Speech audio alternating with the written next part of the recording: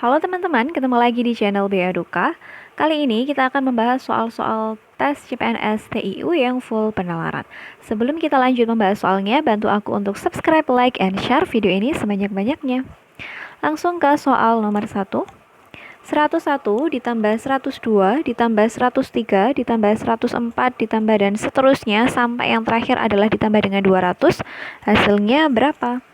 Oke, yang A 10.500, B 15.050, C 16.250, D 18.725 atau yang E 19.345. Nah, untuk mengerjakan soal semacam ini tentu ada caranya, ya kan? Karena kalau kita menggunakan cara yang manual, 101 ditambah 102 tambah 103 dan seterusnya, kita jumlahkan secara manual, tentu itu akan memakan waktu yang cukup lama. Oleh karena itu, kita tentunya memerlukan trik. Nah, lalu bagaimana triknya? Nah, trik pengerjaan untuk soal nomor ini adalah, caranya kita cukup menambahkan angka yang ada di awal ditambahkan dengan angka yang ada di akhir, kemudian kita bagi dengan 2, lalu kita kalikan dengan N. N itu adalah banyaknya data. N-nya berapa? N-nya itu adalah angka tentunya ya jumlah dari angka keseluruhan. Jadi dari 101 ke 200 itu kan jumlah angkanya adalah sebanyak 100 angka. Kemudian nilai awalnya adalah 101 lalu ditambah dengan nilai akhir yaitu 200. Maka 101 ditambah dengan 200 itu sama dengan 301 dibagi dengan 2 dikalikan dengan banyak angkanya yakni 100. Maka yang 100 dengan 2 ini bisa kita coret supaya memudahkan perhitungan. 100 dibagi 2 itu adalah 50, maka 301 dikalikan dengan 50 hasilnya adalah 15.050. Maka jawaban yang tepat untuk soal nomor 1 ini adalah opsi yang B. Oke, kita lanjut ke soal nomor 2. Diketahui sebuah mobil diisi 8 liter untuk dapat menempuh jarak 160 km. Nah, kemudian di sini disajikan di dalam tabel ada nilai X dan juga nilai Y. Nilai X itu sama dengan jarak tempuh apabila diisi 12 liter. Sedangkan Y itu nilainya sama dengan 960. Maka hubungan antara X dan Y adalah, nah untuk kita bisa mencari hubungan antara nilai X sama Y, tentunya kita hitung dulu berapa nilai X-nya. Ya, ini kan merupakan perbandingan senilai ya. Kalau bensinnya 8 liter, maka jaraknya 160 kilo. Nah, kalau bensinnya 12 liter, berarti berapa jarak tempuhnya? Nah, ini kan berbanding lurus ya. Semakin banyak bensinnya, maka semakin jauh juga jarak yang ditempuh. Karena memang ini perbandingan senilai ya, berarti kita cukup mencarinya menggunakan rumus atau cara perbandingan senilai.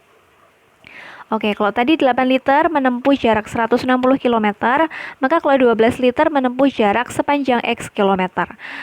Berarti gimana cara mencari X-nya? Cara mencari X-nya adalah 12 kita kalikan silang ya. 12 kita kalikan dengan 60, kemudian dibagi dengan 8.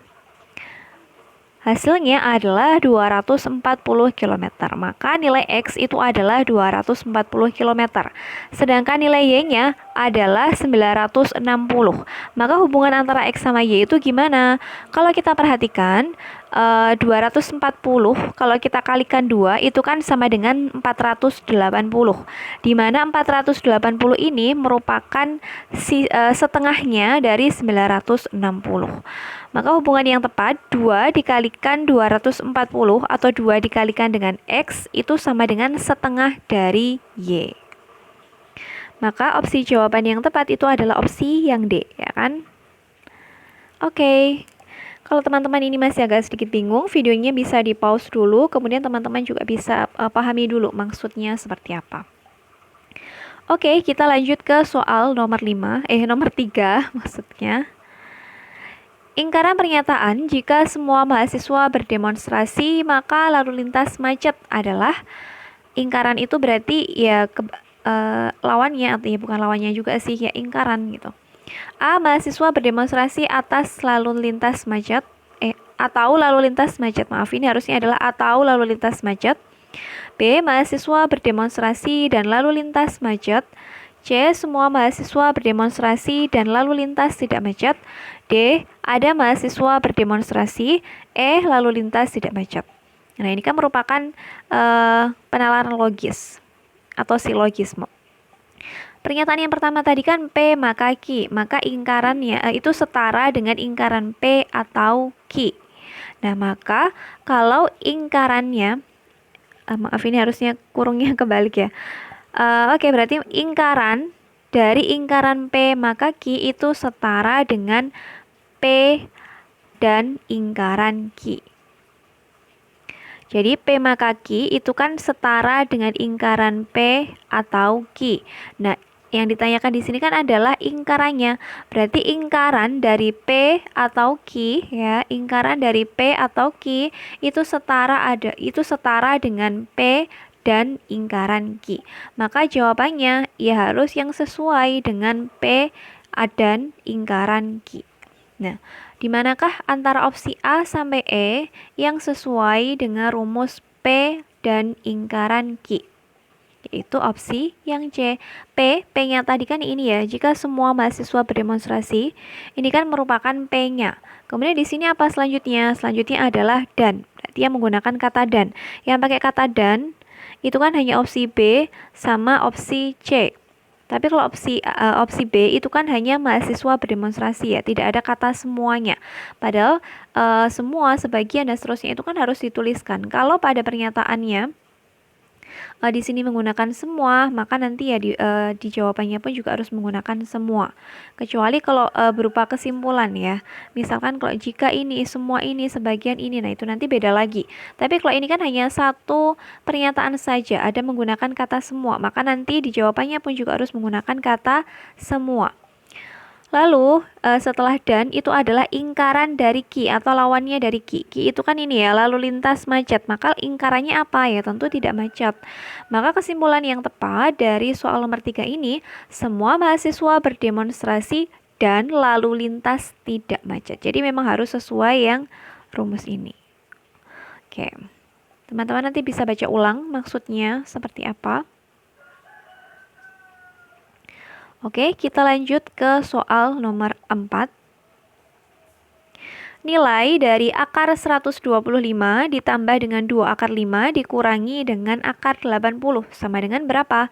Kalau kita perhatikan dari opsi A sampai E, ini kan semuanya ada akar 5-nya.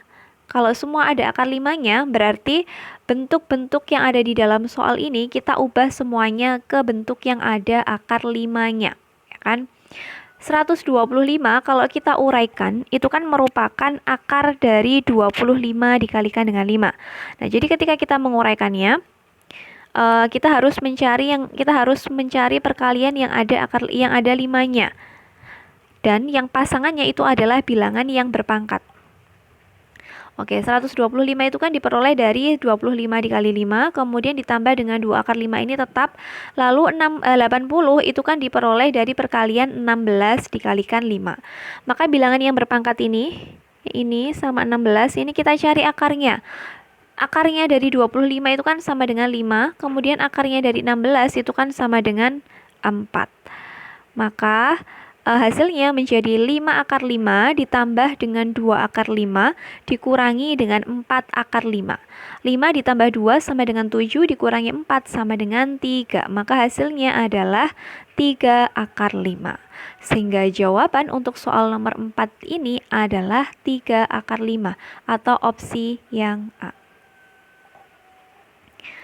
Oke, kita lanjut ke soal yang terakhir atau soal nomor 5. Jika P sama dengan 325 dikalikan dengan 323 dikurangi dengan 324 kuadrat dan Q sama dengan 212 kuadrat dikurangi dengan 213 dikali dengan 211, maka hubungan yang tepat antara P dan Q adalah A. P lebih besar dari Q, B. P kurang dari Q, C. 2P sama dengan Q, D. P sama dengan Q.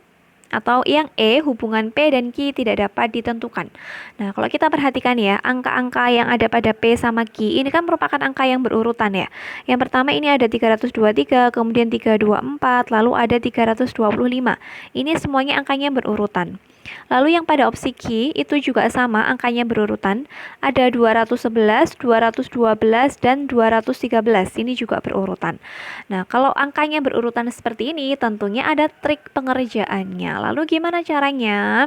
Oke, trik pengerjaannya adalah seperti ini. Kita mulai dari yang P dulu ya. Angka yang terkecil pada soal itu kan adalah 323 dan yang terbesar adalah 325. Maka kita bisa menggunakan permisalan, di mana 323-nya ini kita misalkan dengan 1, lalu yang 324 ini kita misalkan dengan 2, dan yang 325 kita misalkan dengan 3. Nah, kalau sudah, maka nanti yang kita masukkan ke dalam soalnya sini itu adalah angka-angka penggantinya ini, ya. 325 tadi dimisalkan dengan angka 3. Lalu 323 dimisalkan dengan angka 1 dan 324 kita misalkan dengan angka 2. Berarti 3 dikali 1 sama dengan 3 dikurangi dengan 2 kuadrat itu sama dengan 4. 3 dikurangi 4 sama dengan negatif 1. Maka nilai P-nya adalah negatif 1. Lalu sekarang kita beralih ke nilai Q-nya. Di mana angka terkecilnya adalah 211, maka kita misalkan dengan 1. Lalu angka yang kedua adalah 212, kita misalkan dengan angka 2. Lalu yang ketiga adalah angka 213, kita misalkan dengan 3.